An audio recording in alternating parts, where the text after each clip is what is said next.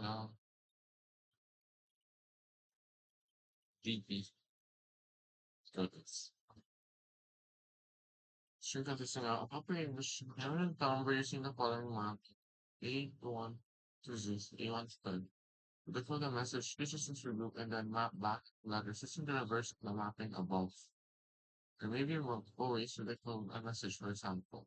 10 o'clock and move map to jab with the grouping 10 1, and JL with the grouping 10 o'clock. The grouping 101 from 01 cannot be mapped, spitting to legal zoo.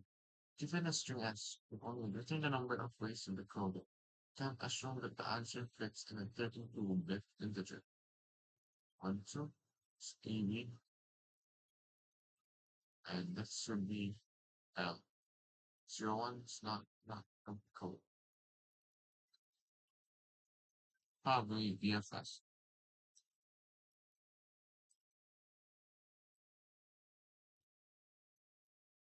Okay, at BFS.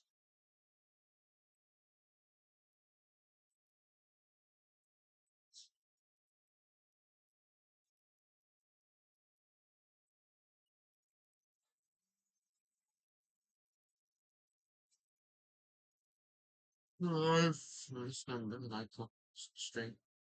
Um, the string at index time is equals to 1 or string index item equals to 2. That means it's limiting it 27 only.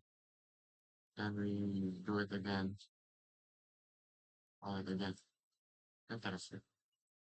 Believe that's true. So, Hey everyone, welcome back, and let's write some more neat code today. So today let's solve the problem Decode Ways. So we're basically given a string of integers, and we want to know, with that string of integers, how many different ways can we take that string of integers and decode it into a string of characters. And we're given a specific mapping, so we have 26 characters, and each integer maps to a different character. So we have an integer 1, 2, all the way to 26, and each of these integers maps to a different character. Now, we don't actually need to build that string that we are mapping to. We just have to count the number of different ways we can decode it. So down here in the example, you can see a string like 12 can be decoded in two different ways. One way to decode it is just 1 and 2, because 1 maps to A, 2 maps to B. So that's one string, but remember, we can have double-digit values, so 12 actually maps to its own character. 12 itself maps to 11. So there are two different ways that this string of integers could be mapped to a string of characters, so we return 2 in the output. Now, as you can see, it would be very simple if we just had numbers 1 through 9 that map to characters, right? The problem comes from double digits, right? From 10. 10, a string like this can be taken in two different ways, right? 1, 0, or just 10, right? So that's where the complexity is going to come from. From a string like this, we could have. So, it's basically checking for each possible on here is A, B,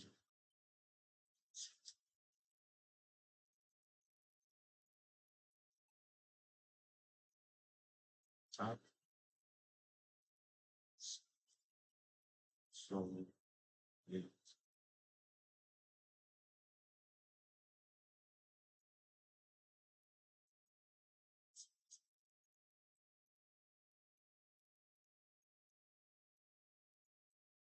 6,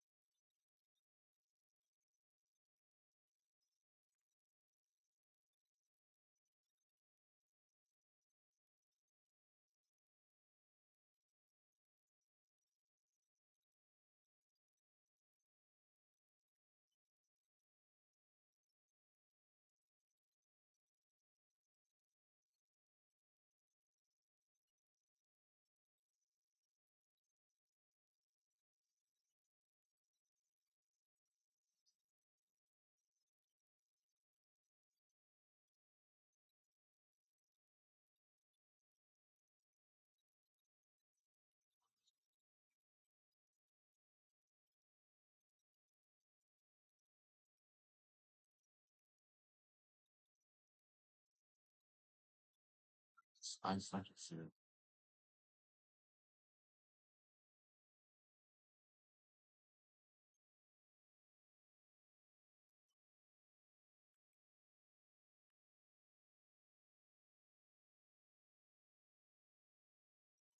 bounce through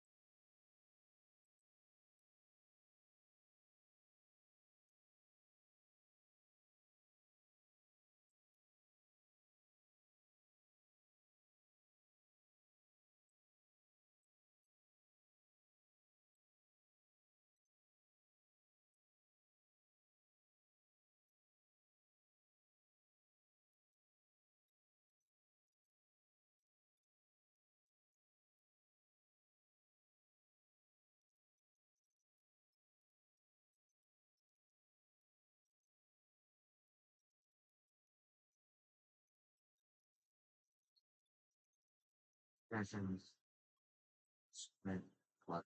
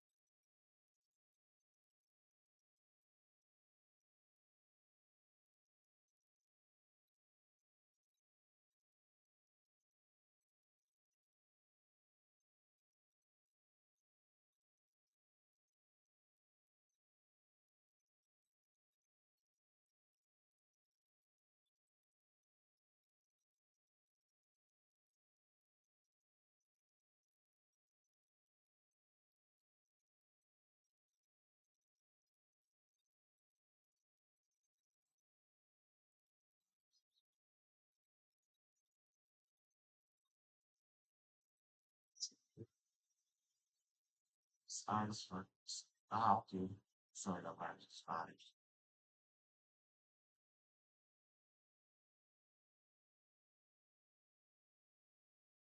Ah, homeschool. Hey everyone, welcome. 10, right? To a character. 1 by itself, right? That's going to be some character, right? We don't really care what it is, but it's going to be some character. Now, we could also take the first two characters by themselves, 12 by itself, right? Because that's valid. Hey everyone, welcome back, and let's write some more neat code today. So today let's solve the problem Decode Ways. So we're basically given a string of integers, and we want to know, with that string of integers, how many different ways can we take that string of integers and decode it into a string of characters. And we're given a specific mapping, so we have 26 characters, and each integer maps to a different character. So we have an integer 1, 2, all the way to 26, and each of these integers maps to a different character. Now, we don't actually need to build that string that we are mapping to, we just have to count the number of different ways we can decode it. So down here in the example, you can see a string like 12 can be decoded in two different ways. One way to decode it is just 1 and 2, because 1 maps to A, 2 maps to B. So that's one string, but remember, we can have double-digit values, so 12 actually maps to its own character. 12 itself maps to 11. So there are two different ways that this string of integers could be mapped to a string of characters, so we return 2 in the output. Now, as you can see, it would be very simple if we just had numbers 1 through 9 that map to characters, right? The problem comes from double digits, right? From 10. 10, a string like this can be taken in two different ways, right? 1, 0, or just 10, right? So that's where the complexity is going to come from. From a string like this, we could have two different decisions. So we're going to be using a decision tree to kind of figure out all the possibilities with this. At least that's going to be the brute force approach. The only problem is that there's going to be a few different edge cases we have to worry about. For example, we could have a string like this. We could have a string like 0, 6, right?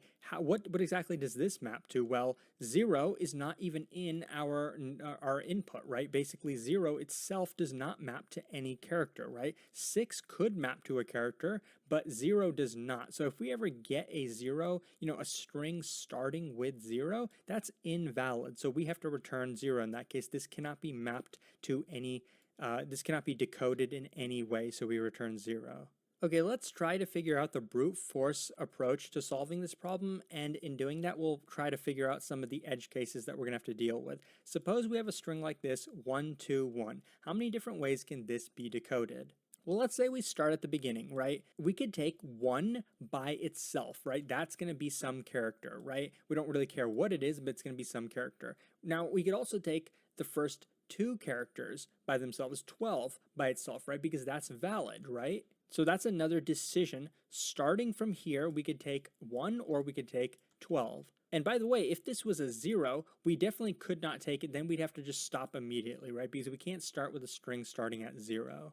But if we had something like 1, 0, right, a 10 maybe, then we can take it because it's okay if a 0 comes after a 1. And so basically any integer by itself, right, 1, 2, 3, 4, 5, any integer by itself except for 0 can be taken, right? So basically we can create any string of one one number from 1 through 9 except 0, right? We're just not including 0. It cannot be a base case.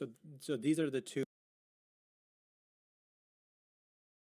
Ah, this one is ano, Plus 1.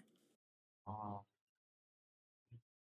since this is bottom up, you know, or top down.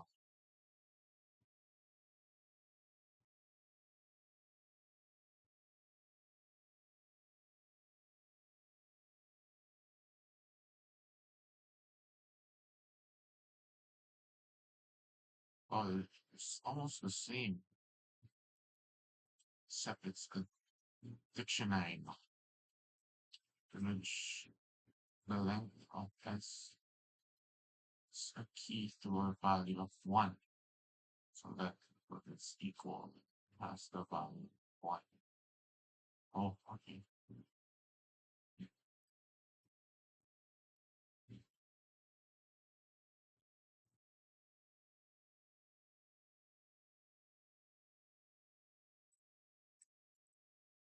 Must be, right? Any number except for 0 can be taken by itself. It can be decoded in that way. So when we're at this 1, or when we're at this position, we can take 2 by itself, or we can take 21, right? 21 is also some character. I don't know what it is, but remember, we had values from 1 through 26, right? So having a 21 is completely fine. That will decode to its own character, right? Now, of course, if we had something like a 27 over here, then we could not go down this path, right? Then we just would not go down this path because 27 does not map to any character, right? So we're kind of learning that, anything, the integers have to be within 1 through 26, right? And this 27 is not. Okay, and so down this path, we reach the end, right? We had a 1 and we had a 21, right? So there's no more characters to choose from here. So basically, this was one way that we could decode this input. So when we reach the end, we're going to count that as a 1, right? That means we found a single way to decode this input. So this was a good base case where we return 1. And from here, let's continue this one. So we left off at 2, then we get to 1. Can 1 be taken by itself? Of course it can. It's not a 0, so we can take it by itself. And so then we reach the end of the string again. So this is another good base case. 1, 2, 1 is a valid way to decode this string. So if we started with 1, over here, we could decode this in 2 different ways. If we start with 12, how many ways can we decode it? Well, if we start with 12, then we just have one character left, the 1 character. So that can be decoded another way. So this is another good base case. So basically, we saw that we have 3 different ways that we can decode this string. Now, just to kind of add a couple values to this string, what if we had something like 31 after it? So then, let's say we left off over here. We can choose the 3 by itself, right? Because any character except for 0 can be taken by itself. Could we take 31? We could not, right? The same reason we can't take 27. We can't take 31 because it's greater than 26, right? How are we going to determine that in the code? You can do it a lot of different ways. What I'm just going to say is we can only take double-digit values if the first digit starts with a 1, because if it starts with a 1, then for the second digit, we can take anything from 0 to 9, right? Anything from 0 to 9, because then, this double digit value will either be between 10 to 19, right? And this value is less than 26. So that's perfectly fine. But if we start with a 2 digit, then the second digit has to be between 0 and 6, because 26 is going to be less than or equal to 26. But if this became too large, if it became a 27, that's not less than or equal to 26. So we can't do that. That's how I'm going to decide it. Now, what if the first digit started with a 3, or a 4 or a 5 or anything? That's never going to work, because if we're going to have some other second digit here, it's never going to be less than or equal to 26, right? It just won't be. So we're only going to have 2 decisions, right? We're only going to have 2 branches if our first digit is a 1. For example, when we take just 1 by itself and consider, okay, this is just going to be one way that we decode it, then we're asking, okay, how many different ways can we decode the remaining of the string, right? That's the sub-problem over here. We're asking how many different ways can we decode 21. When we take the first 2 characters, 12, then we're asking how many different ways can we decode the string 1. Right? So that's kind of how the sub-problem is going to work. The sub-problem is just going to be some portion of the string, for example, starting from here all the way to the end of the string, how many ways can we decode this? Or how many ways can we decode this? Or how many ways can we decode the entire thing, right? To be able to solve this problem, how many ways can we decode this? We have to solve the sub-problem, how many ways can we decode everything except the beginning. And so basically, how many different ways can we cache it? Well, we're going to have some index I, which could either be here, or it could be here, or it could be here. It's just going to designate starting from here and taking the remaining portion of the string, how many ways can we decode it? So basically, the dimension of our cache is going to be n, right? So that's also going to be the time complexity, because every time we get to a position I, at most we have 2 different decisions to make, right? So that's going to be an O of 1 operation making those 2 decisions. It's not like we're going to have to run through a loop or anything like that. We're not going to have any loops. And you'll see that when I write out the code. If this is the size of our cache, this is also going to be the size of our time complexity. And this is also going to be the size of our memory. This is because it's the size of the cache. Now, just so you know, I think this problem actually can be solved when we write out the actual dynamic programming solution, not using a cache, not doing it recursively, but actual dynamic programming. It can be solved with O of 1 memory, because one thing you might notice, okay, when we want to know how many ways can we decode this entire string? Well, you know, when we're at a pointer I, we can either take this character by itself, in which case then we're going to shift I. To compute a value like this, we'd only need to, at most, look at two different positions that come after it. So, you know, when we have our DP cache, we actually don't need a full array to solve this problem. We could do it with just two variables, similar to like a house robber problem approach to dynamic programming, House or like a robber? Fibonacci sequence problem, right? But with that being said, I think we're ready to get into the code now. Now let's write out the code. So the first way I'm going to show you the solution is basically the recursive caching solution, the O of n time and memory solution. So we're going to initialize our cache. We are going to put a single value in here. Oh, Basically, shush. the entire length of the string is going to map to 1, because if we get an empty string, we want to return 1 in that case. That's just kind of our good base case, right? And then we're ready to write out the recursive function. I'm just going to call it DFS, pass in a single variable I. Basically, I is the position that we're at in our string S. Now, one base case is if I is in our DP, meaning either it's already been cached or I is the last position in the string, in which case that's our base case, right? And then we would just return DP of I. So that's, you know, our good base case. It's either been cached or, you know, it's just the end of the string. Our bad base case is going to be if it's not the end of the string, then we have to check what character it is. If the character is starting with 0, right? If the string is starting with 0, then it's invalid, right? There's no ways to decode a string that starts with 0. So then we have to return 0. So that's like our bad base case. So these are the two main base cases that we have. But remember, if it's not 0, that means it's between 1 through 9, in which case we know we can take this value as a single digit, right? So then the subproblem becomes DFS of I plus 1, right? So that's what the result is going to be. We're just going to call DFS on I plus 1 because we took the character at I as a single digit, right? But we know that there are some cases where we can also call I plus 2. Now, what's a good way that we can write out that case? Well, first, this is one of the ways you can do it. I'm sure there What? are better ways, but basically if I plus 1 is less than the length of the string, basically if we do have a second character that comes after the current one, right? Because we're looking for a double-digit character. So if I plus 1 is in bounds and either the character S of I starts with a 1, right? S of I is a 1 because if it Or starts with a 1 and there is a second digit, that means that definitely we can take a double digit value, right? Because anything between 10 all the way to 19 is a double digit value, right? So as long as it starts with 1, we know we can make a double digit value. Or the other case is basically, I'm trying to figure out a good way to format this in a readable way, but basically, or if S of I is equal to 2, right? It starts with a 2, but if it does start with a 2, then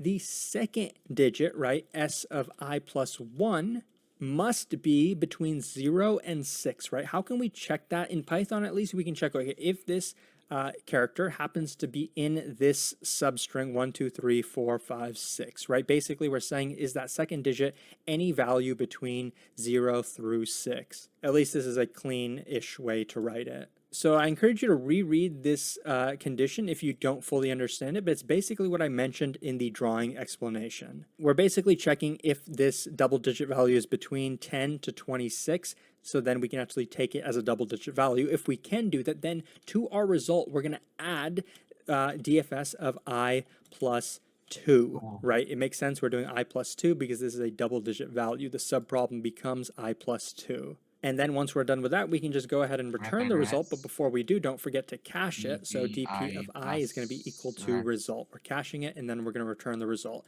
And then, when we actually want to return the result in the outer. Okay, let's try that. Yes. Uh,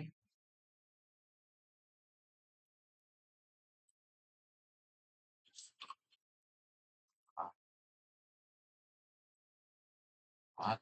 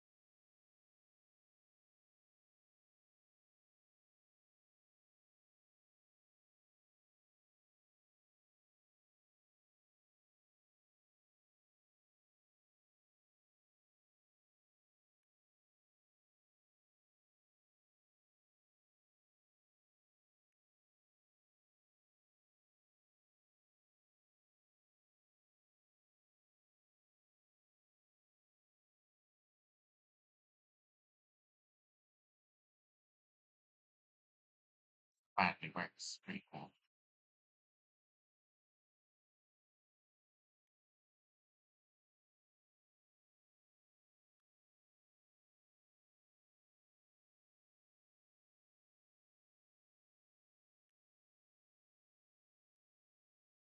Ah, shit. Um,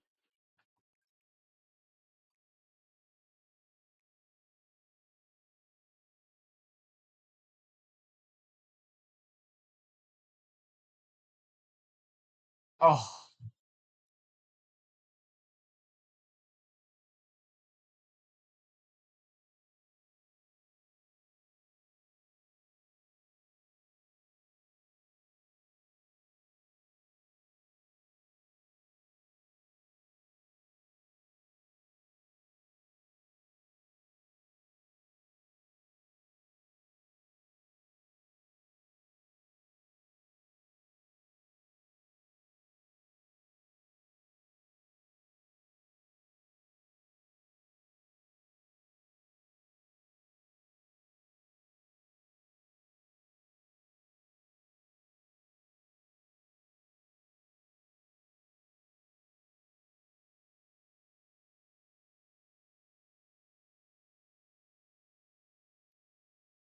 oh, so tired.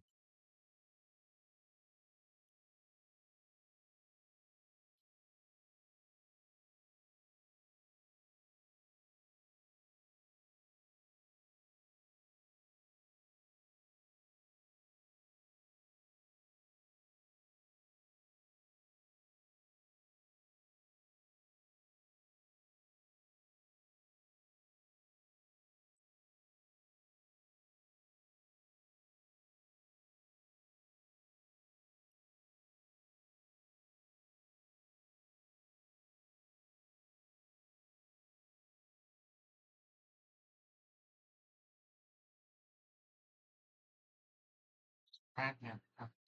Oh my god.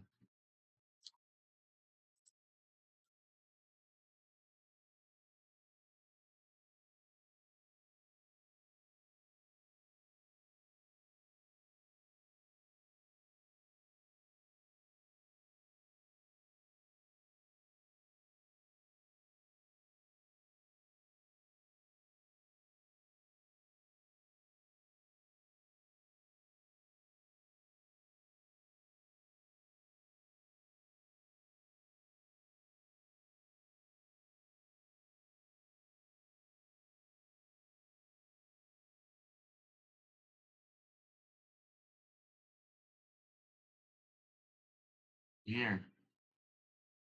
I should return it.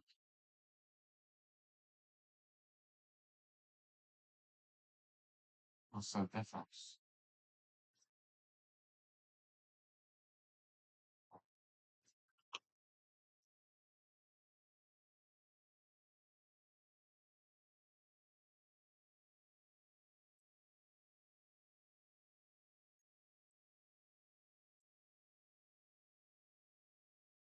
Doesn't accept at all.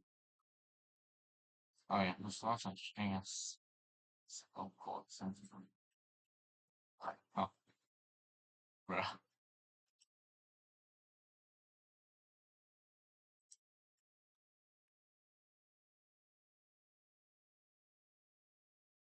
What? This awesome stories. Oh,